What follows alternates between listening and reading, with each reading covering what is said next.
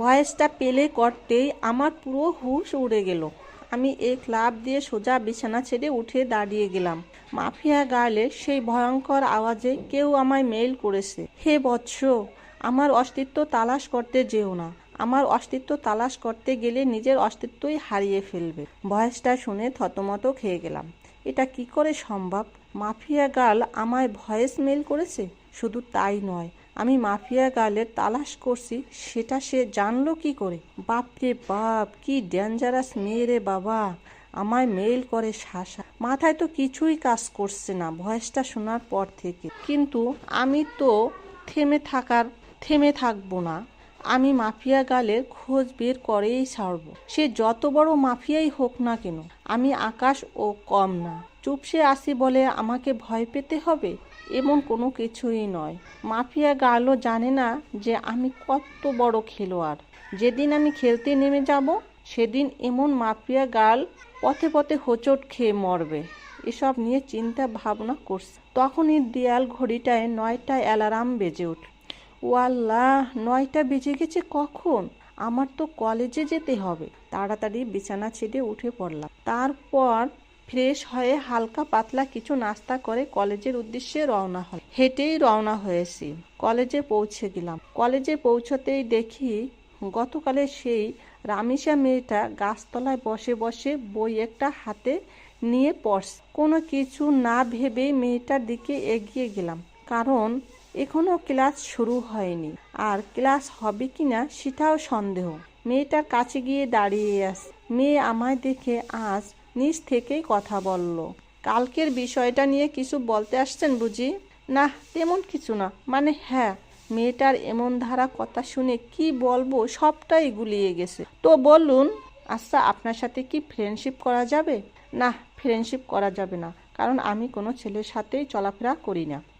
Please না করিয়েন না। আমি কিন্তু একদম বাজে ছেলে না। তাও আমি পারবো না। তবে হ্যাঁ, পড়ালেখা নিয়ে টুকটাক কথা বলার প্রয়োজন হলে বলতে পারবে। আচ্ছা ঠিক আছে, কিন্তু আপনাকে তো কলেজে নতুন মনে হচ্ছে। হ্যাঁ, আমি নতুন।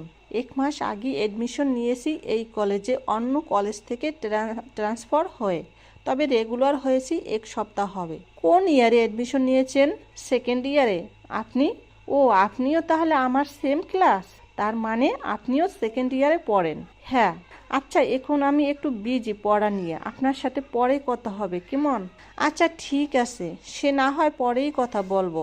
কিন্তু একটা কথা, আমরা যেহেতু একই ইয়ারে, তাহলে তুমি করে বলা যায়। আমি আপনি ডেকেই মজা পাই। আচ্ছা ঠিক আছে, যেমনটা আপনার মর্জি। সেখান থেকে চলে আসলাম। বাপরে বাপ, কি মেয়ে ভাই!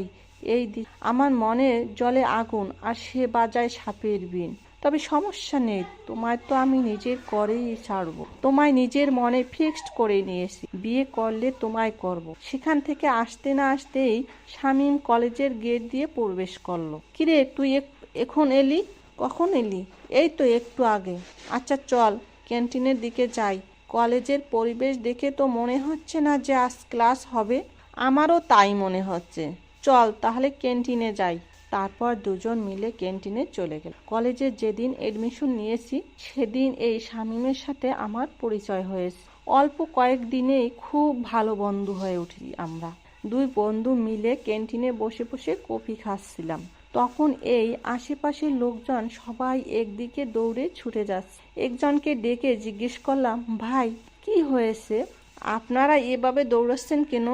আরে ভাই, আপনারা কোন দুনিয়ায় থাকেন? হ্যাঁ, যে কোনো কিছুই বলতে পারেন না? ভাই, এই দুনিয়াতেই আসি, কিন্তু কি হয়েছে সেটা তো বলবেন। আরে, মাফিয়া গার্ল রাফিদকে মেরে ওর লাশ চৌরাস্তায় মোড়ে লটকে রেখে দিয়ে গেছে। লোকটার কথা শুনে মাথায় বড় সড়ো একটা বাস পড়ল। মাফিয়া গার্ল সত্যি তাহলে রাফিদকে মেরে ফেলেছে? শামীম, চল তো তাড়াতাড়ি। হ্যাঁ চল। শামীমকে নিয়ে তাড়াতাড়ি চৌরাস্তার মোড়ে চলে গেল। সেখানে গিয়ে দেখি কয়েক হাজার মানুষ একত্রে জমা হয়ে আছে, আর চৌরাস্তার মোড়ে একটা বটগাছের উপরে রাফিদের লাশ ঝুল। রাফিদের লাশ দেখে নিজের এই কলিজা কেঁপে উঠল। একটা মেয়ের পক্ষে কি করে সম্ভব এটা? একটা মেয়ে শহরের নামকরা নেতাকে এমন বীভৎসভাবে মারল যে দেখে বিশ্বাসই হচ্ছে না। চুপচাপ সেখানে নীরব দর্শকের মতন দাঁড়িয়ে আছে। ডিবি পুলিশ রাফিদের লাশ গাছ থেকে নামাচ্ছে। রাফিদের সারা শরীরে স্পট। মানুষজনকে ঠেলে ডিবি পুলিশের দিকে এগিয়ে গেলাম। ডিবি পুলিশ রাফিদের লাশ মাটিতে নামালো। তাকে মাটিতে নামিয়ে শরীরের তল্লাশি চালিয়ে দেখে রাফিদের পকেটে একটা চিঠি, যেটাতে লেখা আছে, আজ দুপুর 3টায় আমি কালকের ন্যায় লাইভে আসব। সবাই তৈরি থাকেন ধামাকার জন্য। মাফিয়া গার্লের চিঠি পড়ে সবার চোখ কপালে উঠে গেলে। কি করতে চাচ্ছে মাফিয়া গার্ল? রাফিদকে তো মেরেই ফেলেছে, আবার কি নতুন করে ধামাকা দিবে সে? না, আজ লাইভ দেখতে হবে। এদিকে ডিবি পুলিশ সবার স্থান ত্যাগ করতে বলল। সবাই যে যার মতন চলে গেল। আমিও চলে আসলাম বাসা। কলেজের দিকে আর গেলাম না। বাসায় এসে 3টা বাজার অপেক্ষা করছি। দুপুর 3টা বাজতে আর 2 মিনিট বাকি। তখনই মাফিয়া গার্লের সেই ইউটিউব লিঙ্কে ক্লিক করলাম আর চ্যানেলটা ওপেন হয়ে গেল। 3টা বেজে গেছে আর সাথে সাথে চ্যানেলটা থেকে মাফিয়া গার্ল লাইভে চলে আসলো। সে গতকালের ন্যায় মেকানিক্যাল একটা টোন ব্যবহার করে লাইভে এসে। আমি জানি আপনারা সবাই আমার লাইভের জন্য অপেক্ষা করেছে। সো অপেক্ষার প্রহর কেটে গেছে, আমি চলে এসেছি। এবার হবে আসল ধামাকা। আপনারা সবাই রাফিদের লাশ তো পেয়ে গেছেন। এবার লিস্টে রয়েছে এসপি ওসমান। তার মরার পালা চলে এসেছে। এসপি ওসমান মৃত্যুর জন্য তৈরি হয়ে নে। এবার তোকে আমার হাত থেকে কেউ রক্ষা করতে পারবে না। সমাজের আড়ালে লুকিয়ে থাকা সব কয়টা মুখোশধারীকে এইভাবে ভয়ানক মৃত্যুদণ্ড দিব আমি। কেউ তোদেরকে আমার হাত থেকে বাঁচাতে পারবে না। আর শুনে রাখেন সকলেই, আমি কোনো খারাপ কাজ করছি না। সমাজের নষ্টাগুলোকে বেছে বেছে সাজা দিচ্ছি। এসপি ওসমানের মৃত্যুর পর বাকি টার্গেটের নাম আমি বলে দেব। এসব কিছু আমি সমাজের ভালোর জন্যই করছি। তবে হ্যাঁ, আমার পার্সোনাল একটা মাকসাদ আছে। সেটা হলো আমি আগুনের সাথে দেখা করতে চাই।